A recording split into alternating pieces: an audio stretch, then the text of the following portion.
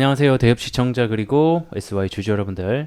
저는 SY와 관련돼서 여러분들이 투자하면서 알아야 되는 중요한 이슈와 주가 영향을 미칠 만한 요소들 하나하나 알려드리는 멘토 이준욱입니다. 자, 오늘도 재건과 관련돼서 여러분들과 리뷰해 보도록 하겠습니다.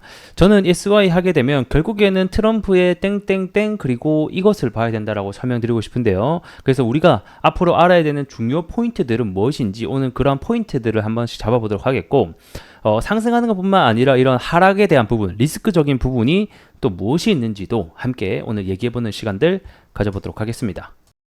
우선 재건주가 본격적으로 주목을 받기 시작한 때가 이 트럼프와 바이든의 TV 토론 대결 때 이 트럼프가 바이든을 압승을 하게 되면서 트럼프가 당선이 될 것 같다라는 뉴스와 언론의 도배 속에서 이 트럼프의 발언이 예전에 주목이 되면서 이 정책주들이 시장에서 크게 상승을 하기 시작을 했습니다. 이 트럼프의 과거 발언을 보게 되면 내가 당선을 하게 되면 24시간 내에 종전을 하겠다라는 과거의 발언, 그리고 최근에 있었던 이 젤렌스키와의 통화를 통해서 종전과 휴전에 대한 가능성 그리고 기대감을 크게 높였다라는 거겠죠. 그러면 우리가 여기서 알 수 있는 포인트는 첫 번째, 이 트럼프의 지지율 변화에 따라서 이 재건주들의 변동성이 올라갈 수도 내려갈 수도 있겠구나라는 것을 알고 있어야 된다는 거겠죠. 그거를 우리가 알 수 있는 것 중에 하나가 이 최근에 민주당의 후보인 해리스가 등판을 하고 나서 지지율이 트럼프보다 이겼다라는 소식이 들리니까 이 재건주가 한 차례 덜컹하고 주가가 하락을 했던 적이 있습니다.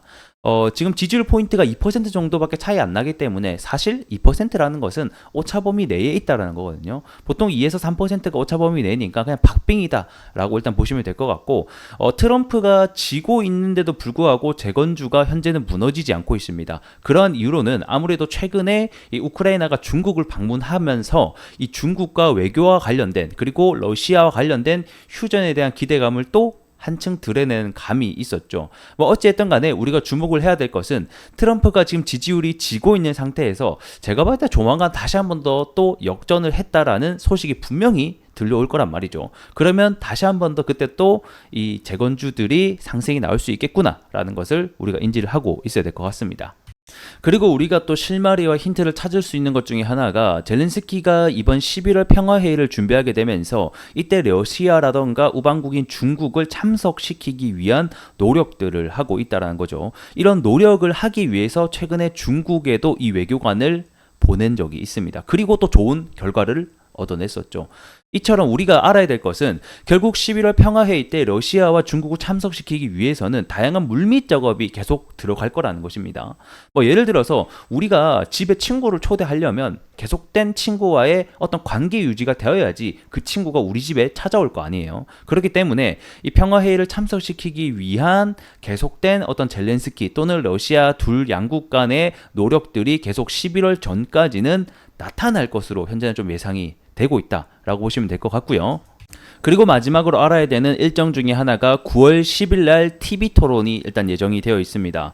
앞서 바이든과 트럼프의 TV 토론 대결 때 이 정책주들이 크게 움직였기 때문에 이 9월 10일 기점으로 인해서 해리스와 트럼프 누가 얼마나 더 말을 잘하고 유권자들의 지지를 더 많이 받냐에 따라서 다시 한 번 더 하락이 나오든지 상승이 나오지 않을까 또 생각을 하기 때문에 9월 10일 TV 토론이 있다라는 것을 우리가 또 반드시 알고 계셔야 될 것 같습니다.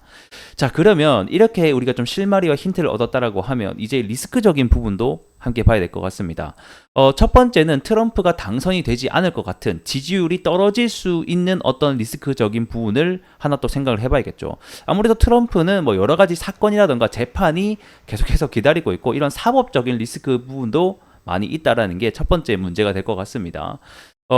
일단 이런 부분들은 하나하나 얘기하면 너무 끝이 없기 때문에 간단하게 트럼프의 지지율이 떨어짐에 따라서 주가도 같이 하락할 수 있는 이런 리스크를 하나 또 생각을 해야 될 것 같고요. 두 번째 리스크는 결국 지금도 하는 말들이 다 가능성에 또 초점을 맞추고 있다는 겁니다. 지금까지 이 재건주들이 올라갔던 이유가 가능성 때문에 올라갔다가 또다시 협상 테이블이 열리지 않거나 또는 무산되는 경우 결국에는 협상이 안 되다 보니까 또 리스크적으로 내려간다라는 게 많다라는 거죠. 그러면 아직까지 세부사항이 그리고 트럼프가 얘기하는 이 종전에 휴전을 할 것이다라는 세부사항이 전혀 나오고 있지 않단 말이에요. 그냥 말로만 하고 있는 상태라서 구체적으로 어떤 계획을 가져올 거냐라는 게 전 좀 중요하다라고 봅니다. 그래서 지금은 러시아 같은 경우에는 내가 뺏은 땅 달라라고 얘기하고 있는 거고, 우크라이나 같은 경우에는 너희가 뺏은 땅 다시 돌려줘라 이런 상태이기 때문에 어떤 합의점을 과연 갖고 올 것인가. 뭐 트럼프는 이렇게 얘기하고 있어요. 일부 너희가 땅을 그냥 주고, 우크라이나 너희가 땅을 주고 우리가 다른 방향으로 너희 지원해 줄게, 이런 식으로 트럼프는 어느 정도 일각에서 얘기를 하고 있기 때문에 과연 이 사항을 우크라이나가 받아들일 수 있을까, 이런 부분도 우리가 또 한층 생각을 해봐야 되는 부분일 것 같습니다. 그래서 오늘자 또 뉴스를 하나 보게 되면 이 러시아와 우크라이나가 협상을 시사하는 와중에 이 푸틴이 점령했던 우크라이나 점령지 관련해서 재건과 통합 속도를 또 내고 있다라는 소식입니다. 사실 우크라이나 입장에서는 굉장히 기분 나쁜 또 소식이라고 보여지는데, 내용을 보게 되면 좀 확대를 해볼게요. 자, 푸틴 대통령은 러시아의 새로 편입된 지역에 대해서 이런 돈바스와 노보로시아 지역에 대한 개발 작업, 복원을 하고 있다라고 얘기를 하면서 이 시스템에 대해서 완전히 러시아로 통합하기 위한 작업을 하고 있다라고 보시면 될 것 같습니다.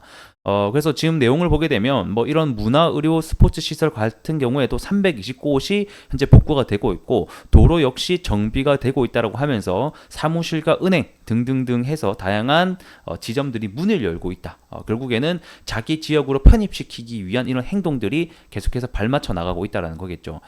결국에는 이렇게 러시아가 다시 한 번 더 이렇게 땅을 뺏어서 자기네들 지역으로 만들기 위한 작업이 이루어지고 있는 가운데 또 우크라이나가 어떤 반응을 보일지, 어떤 발언들을 할지도 또 주목이 될 것 같습니다.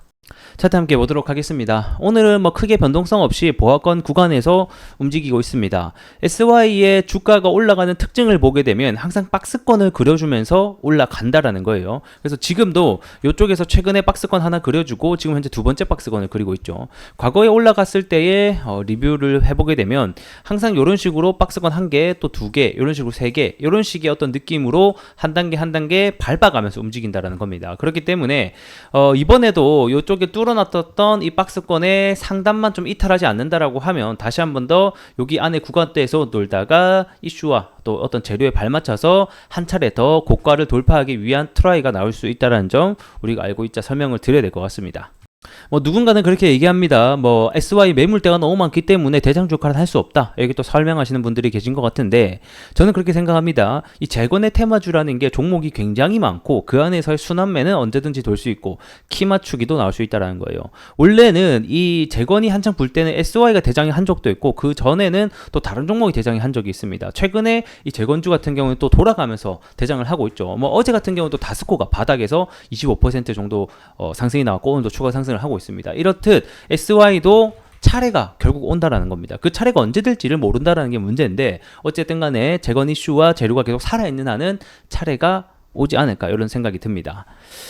오늘은 여기서 리뷰를 좀 마무리를 해보도록 하겠고요. 저는 또 다음 시간에 더 나은 내용으로 여러분들께 인사드리도록 하겠습니다. 고맙습니다.